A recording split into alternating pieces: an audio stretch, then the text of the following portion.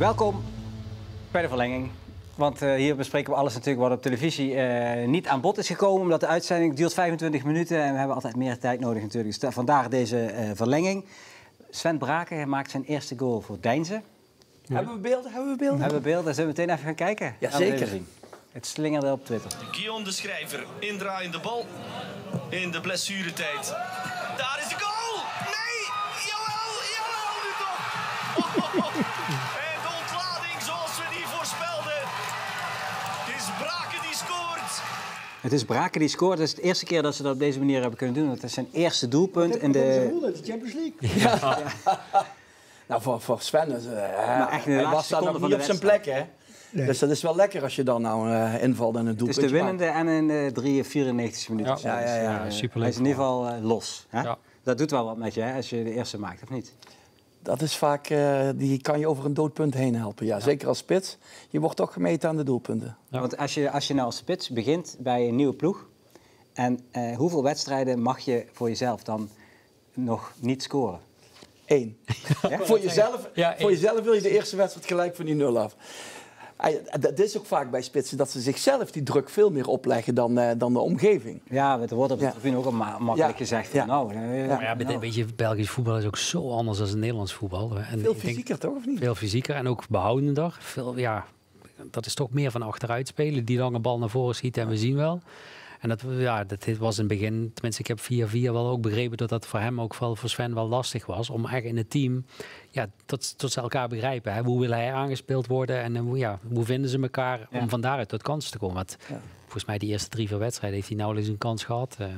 Hij moest ook starten vanaf de bank deze wedstrijd. Ja, precies. Maar het is toch ongelooflijk dat ze daar veel meer kunnen betalen dan in de keukenkampioen-divisie. Hè?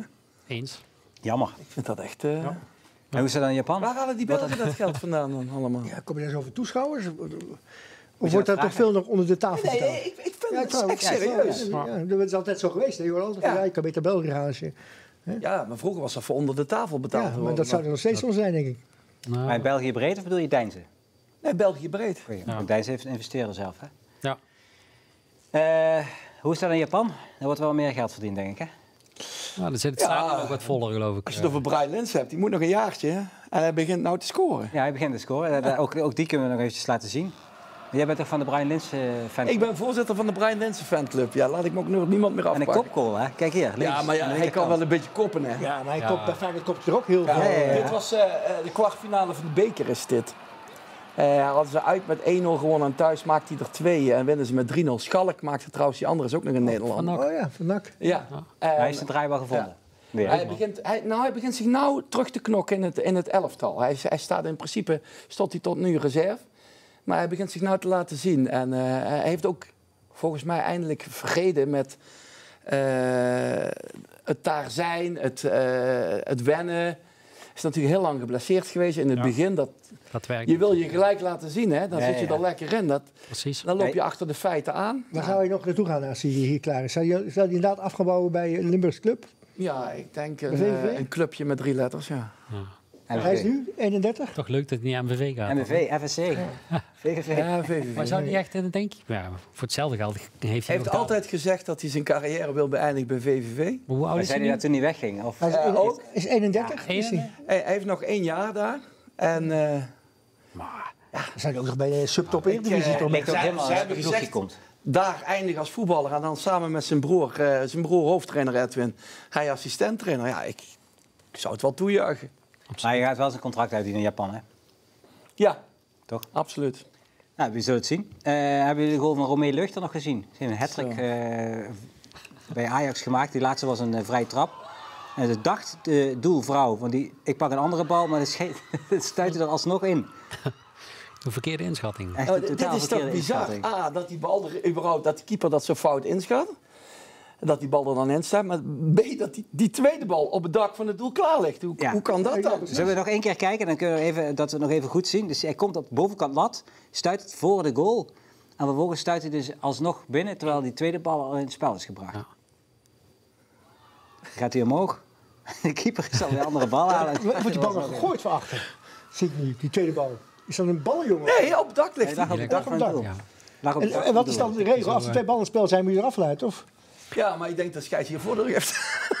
Ja, Keeper doet toch zelf zo graag? precies. En nee, dit is niet omdat we vrouwenvoetbal... als het bij mannenvoetbal gebeurd zijn, dan was het net zo de hele wereld rondgegaan, toch? Die filmpjes zien we toch meestal van mannenvoetbal? Bij mannenvoetbal. Ja, ik heb een keer bij Peltiereeks gezien dat een pijltje genomen werd. Ja. En die keeper rende zijn goal uit en die rende juicht weg van hij is gemist.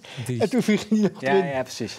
Maar Nee, het doelpunt van Tessa Willaert van Fortuna heb je niet, want die maakt echt een wereldgoal. Ja, hè? niet klaar. Ze hebben we wel gezien. Maar, Tegen Feyenoord, ja. Mooie goal. Hele mooie goal. We gaan naar de Hall of Fame.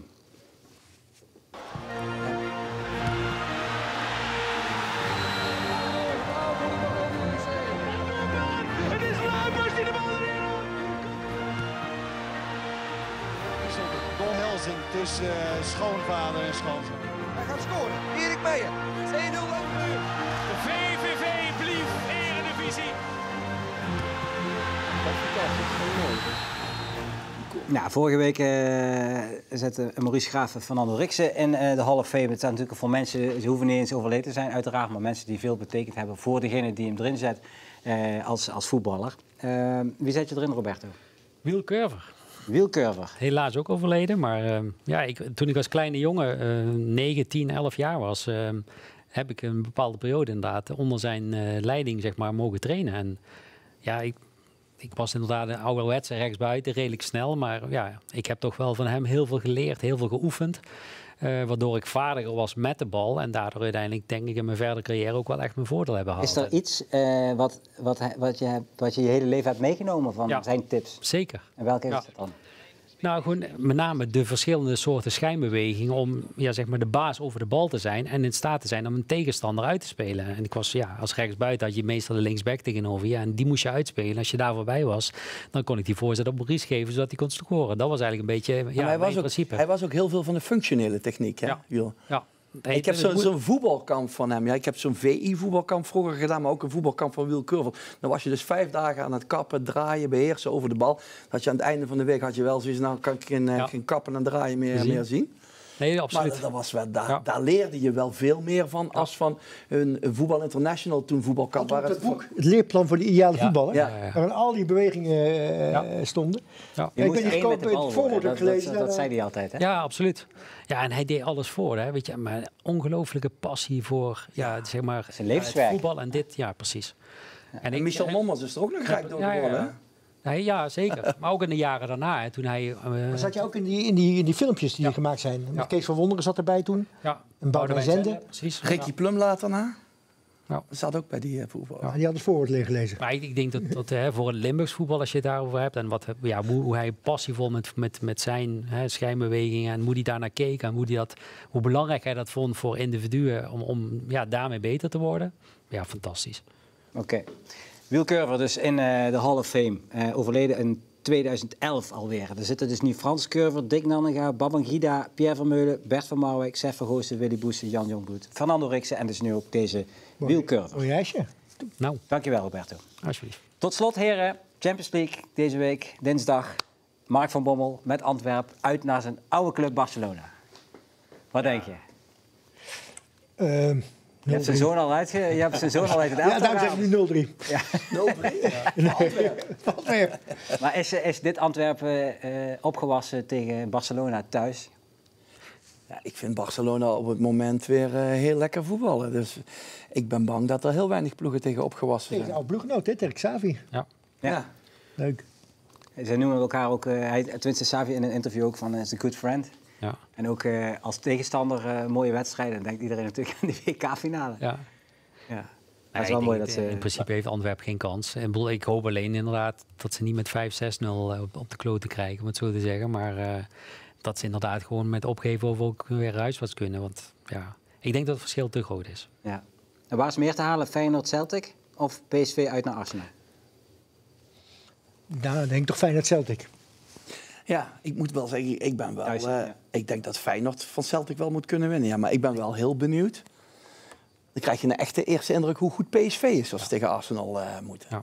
Pas op, Celtic, hè, die hebben echt die voetballen goed. Ja, de Rangers vond ik geen voetballend team, hè, maar Celtic is wel echt... Die hebben een andere stijl van voetballen dan... maar Celtic is Feyenoord, hè? Ja, precies. Nee, maar ik vind Feyenoord wel ook echt, na de valse start, ze draaien op volle toer op het moment. Ja, het is misschien alleen spits, hè? De Champions League. Ja, Jiménez kan niet meedoen, hè? Maar ik denk dat wat je terecht zegt, inderdaad, in de Arsenal gaan we maar zien hoe sterk en hoe goed PSV is. Ja. Ik hoop dat Lange mee kan doen, want dat was nog niet helemaal zeker, hè? Ja, was nog onzeker. Maar ja, goed, dan heb je zeker zo nu achter de hand, dus dan heb je wel... Ja, die maakt zo populair, Lozano, hè? Pelt meteen opeisen, ik wil hem nemen. Ja, goed, maar bij dat niveau spelers... Was de druk van het publiek. Ja. De druk van het publiek, hè? Mooi. Je bent wel helemaal gek, hè, met Lozano. Ja, natuurlijk. En Maurice Stijn, gaat hij de herfstvakantie halen? De herfstvakantie? Ja, oktober. Ja. Laten we eerst maar eens hebben we voor de herfstvakantie nog een vakantie of niet? Nee. Herfstvakantie is half oktober. Tuurlijk haalt hij dat. Zeg ik nou even heel op... Want het ligt toch niet aan Stijn? Nee, maar je weet hoe het zeker Ajax een krachtig werk. Stel dat ze nou dik op een boek krijgen, hè, en ze verliezen met 4-0 van Feyenoord. Ja, dan wordt ze helemaal gek. Marseille. Ja, ik kan wel niet aan hem liggen, maar dan gaat het heeft ook niet onder controle dan. Hè? En dit ligt misschien niet aan hem, maar hij krijgt ook niet op de rit. Kijk, Stijn is natuurlijk op zich, heeft tot nu toe redelijk goed gepresteerd bij andere gemiddelde eredivisieclubs. Gaat dan naar Ajax. Nou, dat is eigenlijk een stap met alles wat er omheen komt qua druk en noem maar op. Maar wat ik jammer vind, is dat hij ook in zijn staf, en dat zou hem wel eens kunnen nekken, nu ook met... Ja, er zit ook weinig ervaring. En ik denk dat dat zou het tactisch wonderkind van... Dat zal die ook wel absoluut zijn, maar had hij daarnaast... Ja, weet je, maar dat heb ik bij ESPN nooit zo ervaren. Dat hij zo'n tactisch wonderkind is. Ik denk dat Perez het veel beter kan uitleggen. Had je dan een soort stroomman of zo van maar het zou kunnen, dus Lodewegers of zo moeten neerzetten? Een soort... Ja, in ieder geval, denk ik, weet je ook, klankbord, ik weet niet. Want die chemie met Mislitat is er niet. Ja, misschien wordt die wel ontslagen. Hè? Maar het is een eenzame job nu. Hij is slachtoffer van de situatie. Maar dat dit allemaal heeft kunnen gebeuren... heeft geen zin om de trainer te zag toen zijn eigen zoon scoorde. Hè? Normaal als je zoon scoort, dan heb je iets van... met een beetje ook iets van trots in je blik. Maar je zag nu, hij was compleet dood vogeltje. Zat er. En zijn zoon zei achteraf ook van, ik begreep eigenlijk niet precies wat er gebeurt achterin bij Ajax. Ja. Het is wel jammer voor Stijn dat het zo start, zo'n groot avontuur. Ja, maar ja, als ze hem nou wegjagen, krijgt hij 3 jaar salaris mee. Hoe lang heeft hij getekend? En hij krijgt altijd wel weer een nieuwe ploeg dan. Hè? Ik bedoel, jouw toekomst is even goed verzekerd nou je trainer van Ajax bent geweest. Daar zetten we een streep onder. Dankjewel heren voor de komst nogmaals. Maandag zijn we er weer op LN Televisie met een nieuwe aflevering van Tafel Voetbal. Tot dan. Dankjewel.